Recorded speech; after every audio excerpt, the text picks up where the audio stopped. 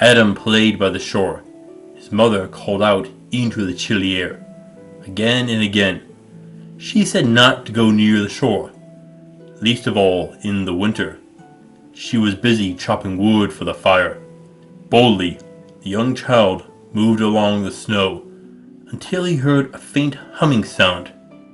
He stumbled and found himself laying face down in the snow. From the river stepped a creature in a parka. It uttered a strange noise as it crept up to the immobile child. Welcome to Mythical Phylogeny Adventures. I'm your guide, Jason. Today we meet a monster which plagues children in the Arctic. The horrible Qallupilluit. Let's take a look at this monster of the frozen north.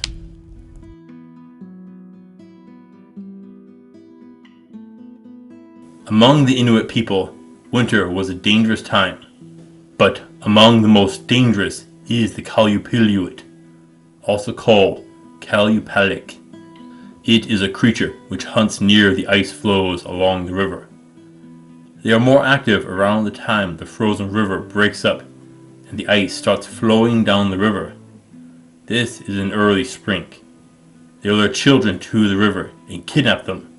Depending on the tale, either they eat the child, or the child is taken back to their home, kept in suspended animation until the Qallupilluit young are ready to eat. The idea of it served as a warning to children to keep them safe from falling into rivers in the spring runoff. So what does it look like?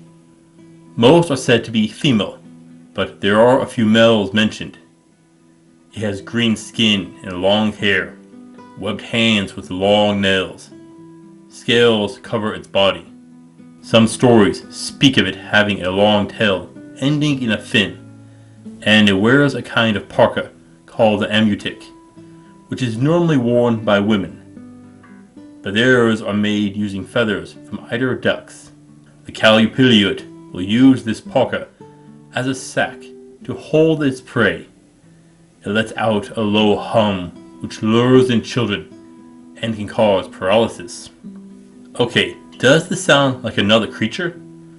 I'm sure you can name a few. Yeah, the Qallupilluit is a species of Merfolk, like the Greek siren. It lures its prey with its humming song, and it takes people just like the Ukarona of the Amazons. Interesting, isn't it? How so many far-flung cultures have developed such similar creatures. But is it a Merfolk? There are stories saying that it just holds its breath for a very long period of time. Merfolk don't need to hold their breath. But it has scales and webbed feet, right? Well, we see webbed feet in most aquatic animals, like beavers and ducks. And the scales could be from fish it feeds on, right? Not if the scales are widespread, which is what is said. And due to its environment, I wouldn't think it's a reptile. Some tales speak of its skin having a slimy feel to it, which would point back to a merfolk. Yeah, merfolk are an oddity, but I'm going to say that this is a merfolk. As for its phylogeny, we could try and specify from physical traits. It is normally mentioned having legs and clawed hands, which means it is probably a close relative to the Ocarona and a little further away from things like the siren. Now, let's start with how it hunts, using sound to control and paralyze people. Doesn't this sound like the Pied Piper? Yep, he also used sound to lure children away. Now, our merfolk targets young children who are more than likely to wander off towards the sound, particularly music. But that doesn't seem like enough. No, we need to look at the neurology again. Since this is sound, that means it targets the ears, and from there the temporal lobe of your brain. But the temporal lobe has other functions. It helps regulate emotions, object recognition, and some memory. Now it is the first two I want to look at. Emotions first, namely fear. If you don't fear danger, you won't be scared when you see something like a merfolk. Object recognition is key with recognizing dangerous situations. If you're in difficulty remembering things like your mother telling you to stay away from the river, Yeah, you can see the difficulty here. But it also says that its humming can leave people paralyzed. Now, motor control is in the aptly named motor cortex in the frontal lobe, but the motor cortex is right at the separation between the parietal lobe and the temporal lobe and the frontal lobe, which means it is nearly the perfect location. It will just take a little bit longer to take effect. This isn't a stupid creature. There are a few stories about it, but one in particular that I want to share with you. A grandmother and her grandson were in hard times. Some stories speak about the child being a rotten brat. Food was in short supply. In a moment of weakness, the grandmother offered up her grandchild for the Qallupilluit. It took the child, gave the woman food. In time, her fortunes changed, and the rest of the village learned what had happened. A couple within the village, or a great hunter, sought to save the child. They found the child floating in the ocean, tied up with seaweed. They tried to approach, and the merfolk dragged the child beneath the waves. So they hid and waited all night long, and slowly crept up to the child. In a daring rescue, they cut the boy free and brought him home. That tells us a bit about how its stasis works. The person is bound with seaweed and left out in the open. There is no scientific explanation save that the person is kept cold. Thus it seems magic is in play. But they may not keep them in stasis for long. But we can guess at a few things. They are said to be more active in the spring, but other things happen in that time, namely fish spawning. The stories speak about the human child being fed to the young. If Qallupilluit are suspected to be some form of merfolk based on what we have seen, that means that their spawning season is also probably in the spring. Fish go through a few stages, namely the fry stage. Due to their metabolic requirements, they need food quickly after hatching, and a human is a lot of food. How many young they have isn't mentioned, but regardless, a child should feed them. Now, the parental skills of merfolk isn't well documented, least of all Qallupilluit. But since we know they can speak and bargain, they must have some form of social interactions between the generations. Because of this, we can assume that they do some work to protect and feed their young. Now, fish have rather limited parental investments, which is a change here. It sounds like the male spends its days protecting the eggs, and it is the female that hunts. That is just speculation. Without direct observation to understand their society, we'll never know. We have one last thing to speak of. How strong is it? And I don't think it is that physically strong. It mainly goes after children, which means it could struggle against the strength of adults. Or it is more afraid of human weapons.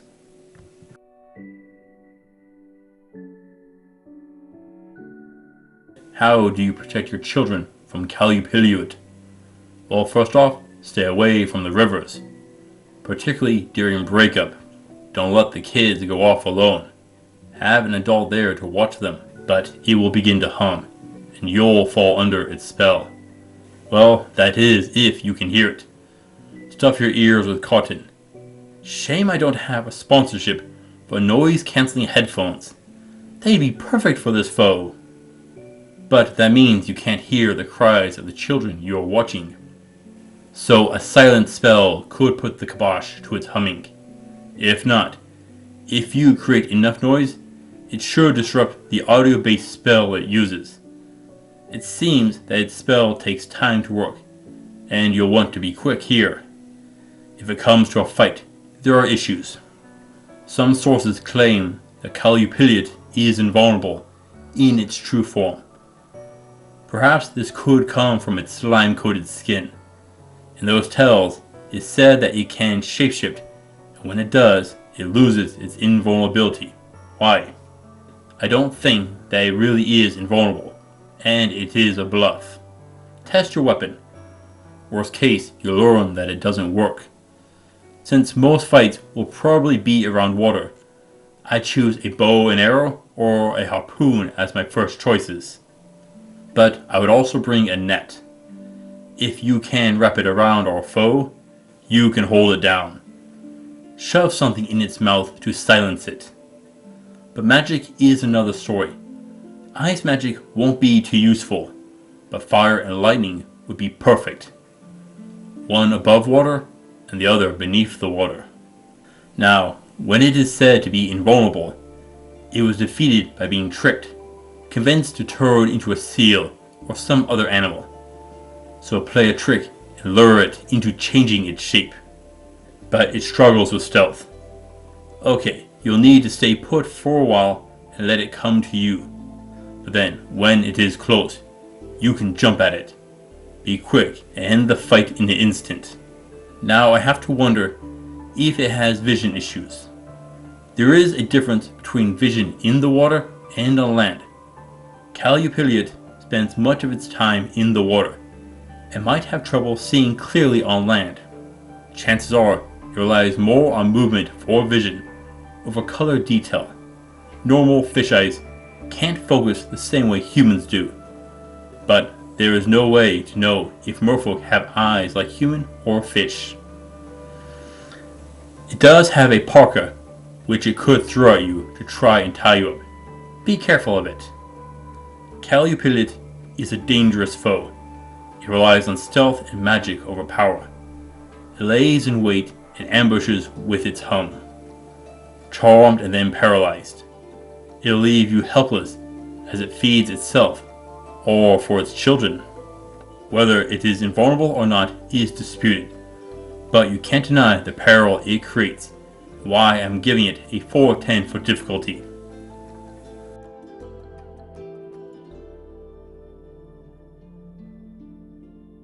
What happens if you stop Qallupilluit?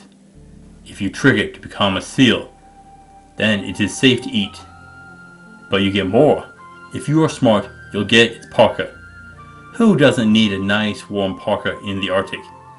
Yes, it might be a little girly for some men, but I'd rather be warm and mocked rather than cold. Yet, if you are desperate, you can negotiate with it. This is where morals will fail. You could always make trades with it. What it wants is clear. Children. Now this is morally vile. You'll take and eat them. But when things are really bad, people make a lot of unsavory choices. But if you make a trade, you do have time to go and rescue the child. Just be quick and smart, and you should come out with a winning hand. It doesn't seem to have a curse tied with its contracts and deals it makes. Nothing mentions punishment for breaking the contract. What you get is questionable. This is an aquatic creature, so fish is an easy answer. But something from a sunken ship? That could be more valuable. Something that you couldn't get otherwise. There is a treasure trove of things lost beneath the waves that you could seek. Could you work with one? As an ally? It'll be a fishy arrangement. But as an ally, it could use its humming to gain the advantage on many foes. Just don't fall under it yourself. Overall, it's best not to work with them. When they get hungry, you'll be an all too easy meal for them.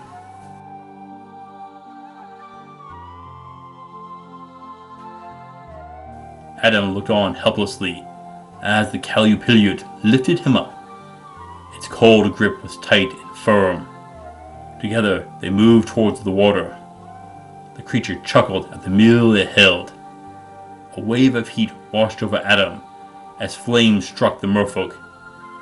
It dropped him as it fell to the snowy ground and rolled around. With fiery eyes, Adam's mother stormed towards them, flames in one hand and the axe in the other. The monster bolted as flames raced after it. Scared, Adam scooted back and ran to his mother, who coddled and held him tight. This was a day that he wouldn't soon forget. Qallupilluit is a dangerous foe, one that has a great method to attack without endangering itself. but if you are smart and clever, you can solve the situation quickly. Thank you for watching, adventurers. Please return next time for the Vogeltinger. Until then, I'll see you on the roads.